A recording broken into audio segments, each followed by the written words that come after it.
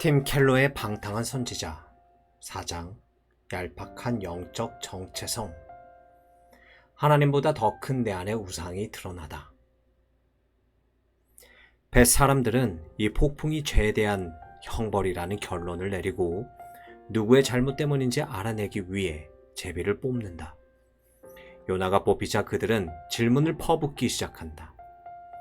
그들이 물은 것은 본질적으로 세 가지다. 그의 목적, 그의 장소, 그리고 그의 민족. 이것은 정체성을 묻는 질문들이다. 모든 사람의 정체성은 다중적 측면이 있다. 어느 민족이요?는 그중 사회적 측면에 해당한다. 우리는 자신을 개인으로 규정할 뿐 아니라 가장 일체감을 느끼는 공동체도 규정한다. 어디에서 오는 길이요?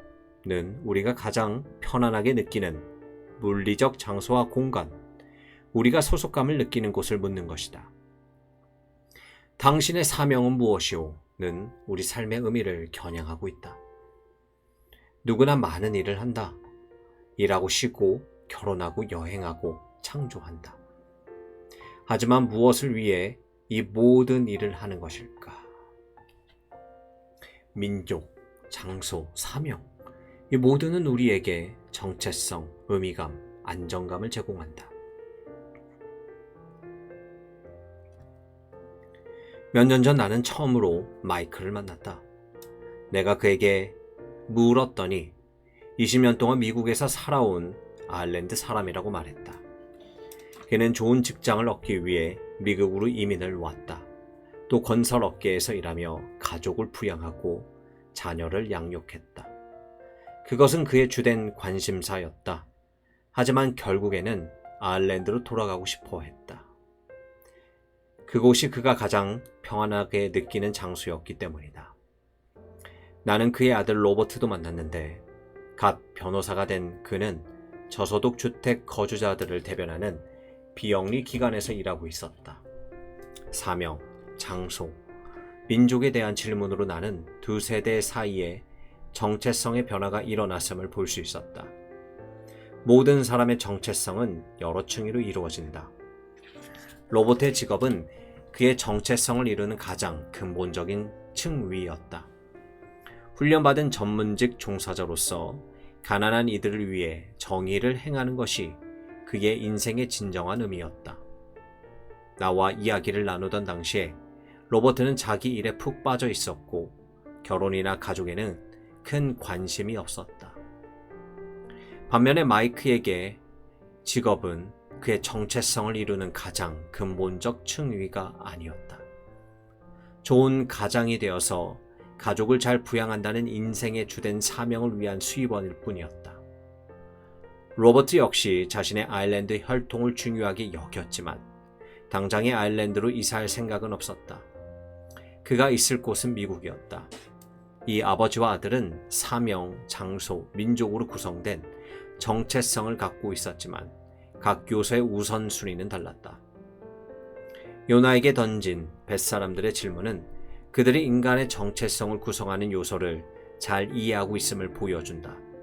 목적, 장소, 민족에 대해 묻는 것은 당신은 누구인가를 묻는 통찰력 있는 방식이다. 벳사람들은 근대 서구 문화권에서 그렇듯 요나의 자기 표현을 유도하기 위해 이런 질문을 던진 것이 아니다. 그들의 절박한 목표는 요나 때문에 노하신 하나님이 누구신지 이해하고 앞으로 어떻게 해야 하는지 알아내는 것이었다. 고대에는 모든 민족, 장소, 직업마다 고유의 신 또는 신들이 있었다. 벳사람들은 요나가 어떤 신을 성나게 했는지 알아내기 위해 내 신의 이름이 무엇이냐고 물을 필요가 없었다. 요나가 누구인지 묻는 것으로 충분했기 때문이다. 그들은 인간의 정체성을 구성하는 요소들이 그가 숭배하는 대상과 때려야 뗄 수 없이 이어져 있다고 보았다. 내가 누구인가와 무엇을 섬기는가는 동전의 양면에 불과했다. 그것은 인간 정체성의 가장 근본적인 층위이다. 오늘날 우리는 이렇게 말하고 싶을 수 있다. 사람들은 더 이상 신들을 믿지 않고 아예 어떤 신도 믿지 않는 경우도 많아요. 따라서 사람의 정체성이 그가 예배하는 대상에 뿌리를 두고 있다는 미신적 견해는 오늘날에 적절하지 않아요. 그러나 이런 말을 하는 것은 근본적인 오류를 범하는 것이다. 모든 직업, 장소, 민족에는 다양하고 인격적이고 의식이 있고 초자연적인 존재들이 붙어 있는 것은 아니다. 이 부분은 그리스도인들도 분명 동의할 것이다. 교육을 담당하는 로마 신 메르쿠리우스는 실제로 존재하지 않았고 그에게 동물 제사를 불살라 바칠 필요도 없다. 하지만 금전적 이익이 신이 될 수 있다는 것은 누구도 의심할 수 없다. 여기서 신은 개인적 삶이나 사회생활에서 의문의 여지없는 궁극적 목표를 설정하는 것이고 개인과 도덕적 기준과 인간관계와 공동체가 그 희생 제물이 된다. 미의 여신 비너스는 존재하지 않지만 수많은 남녀가 신체 이미지에 집착하거나 실현될 수 없는 성적 자기 구현의 노예가 된다. 그러므로 뱃사람들의 분석은 틀리지 않았다. 누구나 무엇인가를 의지하여 정체성을 확보한다. 누구나 스스로에게 이렇게 말할 수밖에 없다. 이것 때문에 나는 의미 있는 존재야. 그들이 나를 환영해 주었으니 이제 괜찮아. 그런데 그것이 무엇이고 그들이 누구든 그것과 그들이 우리의 실질적 신이 되고 우리가 누구인지 말해주는 가장 심오한 진실이 된다. 그것들은 우리가 어떤 상황에서도 반드시 소유해야 하는 것들이다. 최근에 나는 어느 금융기관의 회의에 참석한 사람과 대화를 나누게 되었다. 여러 번에 걸친 회의 끝에 그 금융기관에서는 신기술에 투자하기로 결정했다. 사적인 자리에서 회의 참석자 개개인과 대화를 하며 그 기술이 사회에 끼치는 영향에 대해 의구심이 있음을 다들 인정하게 되었다. 그들은 그 기술로 일자리 하나가 생길 때마다 수많은 다른 일자리가 사라질 것이고 그 기술 주로 사용하게 될 젊은이들에게도 해로운 영향을 줄 것이라고 생각했다. 그러나 그 기술에 투자하지 않으면 수십억의 이익을 포기해야 한다. 재정적 성공이 무조건적이고 맹목적인 충성을 요구한다면 그것은 이미 종교적 대상이신 심지어 구원의 기능을 하고 있는 것이다. 성경은 그 이유를 다음과 같이 설명한다. 우리는 하나님의 형상을 따라 지음을 받았다. 형상은 원본을 반영하고 원본 없는 형상은 없다. 무엇인가의 형상이다. 라는 말은 인간이 독립적인 존재로 창조되지 않았다는 뜻이다. 우리는 궁극적 가치에 있는 외부의 어떤 것으로부터 의미와 안전을 얻어야 한다. 하나님의 형상을 따라 창조되었다는 것은 참된 하나님을 위해 살아야 한다는 뜻이다. 그렇지 않으면 다른 것을 하나님으로 만들고 그것을 중심으로 살아가게 된다는 의미다. 뱃사람들은 우리의 정체성이 우리가 구원을 기대하며 바라는 대상, 궁극적 충성을 바치는 대상에 항상 좌우된다는 사실을 알고 있었다. 당신은 누구인가? 라는 질문은 곧 당신은 누구의 것인가? 라고 묻는 것이다. 자신이 누구인지 아는 것에 무엇에다 자신을 맡겼는지, 무엇이 자신을 지배하는지, 무엇을 자신이 근본적으로 신뢰하는지 아는 것이다. 요나는 마침내 입을 열기 시작한다.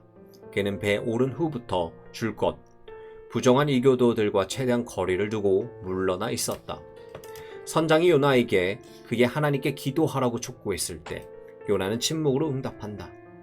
제비가 뽑히고 배에 탄 사람 전체가 요나를 바라볼 때야 비로소 그 선지자의 입에서 답변이 나온다. 민족에 대한 질문은 질문 목록의 끝에 있었지만 요나는 그 질문에 먼저 답한다. 나는 히브리 사람이요. 탈은 무엇보다 먼저 나온 대답이다. 그토록 말을 아끼던 그가 자신의 민족을 자기 정체성의 가장 의미심장한 부분으로 내세운 것은 큰 의미가 있다. 앞에서 보았다시피 정체성에는 여러 측면 또는 층위가 있고 그중 일부는 나머지보다 더 근본적이다. 한 학자는 이렇게 표현한다. 요나는 자신의 민족을 가장 먼저 밝히고 그 다음에 종교를 밝혔으니 그가 속한 민족이 그의 자기 정체성에서 가장 중요한 부분이라고 추론할 수 있다. 요나는 하나님을 믿었지만 그 민족은 민족과 국적만큼 그의 정체성에 깊고 근본적인 영향을 주지 않았던 모양이다. 세상의 많은 사람들은 민족적 정체성에 자신의 종교를 덧붙인다고 할 수 있는데 그들에게는 민족적 정체성이 더 근본적인 것이기 때문이다. 가령 누군가는 교회에 전혀 출석하지 않으면서도 이렇게 말할 수 있다. 그거야 물론 난 루터 교도지. 난 노르웨이 사람이라고. 요나의 자해상에서 민족이 신앙보다 더 근본적이라면 니느웨의 회개를 촉구하는 일에 그가 그토록 반대했던 이유가 설명이 된다. 이렇게 영적으로 얄팍한 정체성을 가진 사람에게는 다른 민족에게 하나님을 믿으라고 촉구하는 그림이 어떤 상황에서도 매력적으로 보이지 않을 것이다. 요나에게 하나님과의 관계는 민족이 갖는 중요성만큼 기본적인 것이 아니었다. 그렇기 때문에 민족에 대한 충성과 하나님의 말씀에 대한 충성이 충돌하는 듯한 상황에서 그는 자신의 민족 편을 들었고 하나님의 사랑과 메시지를 새로운 사회로 전하는 일을 거부했다. 불행히도 오늘날 많은 그리스도인들이 이와 동일한 태도를 보인다. 이것은 교육 부족이나 문화적 편협함의 결과가 아니다. 그보다는 그리스도를 통해 그들이 하나님과 맺은 관계가 그들의 마음속 깊이 들어가지 않았기 때문이다. 요나의 경우처럼 하나님과 그분의 사랑이 그들 정체성의 가장 근본적 충의가 아닌 것이다. 물론 그리스도인의 자기 이해 발전을 가로막는 장애물이 민족만은 아니다. 예를 들어 예수님이 나의 죄를 위해 죽으셨다고 진심으로 믿으면서도 그리스도를 통한 하나님의 사랑이 아니라 경력과 재정 상태에 근거하여 자신의 중요성과 안정감을 확보할 수 있다. 그리스도인으로서의 얄팍한 정체성은 신앙을 고백하는 그리스도인들이 인종차별주의자와 탐욕스러운 물질 만능주의자가 되고 미와 쾌락에 중독되거나 불안에 시달리고 걸핏하면 과로하는 상황을 설명해준다. 자기 정체성의 진정한 뿌리가 그리스도의 사랑이 아니라 세상의 힘, 인정, 위안, 지배일 때 이 모든 것이 일어난다.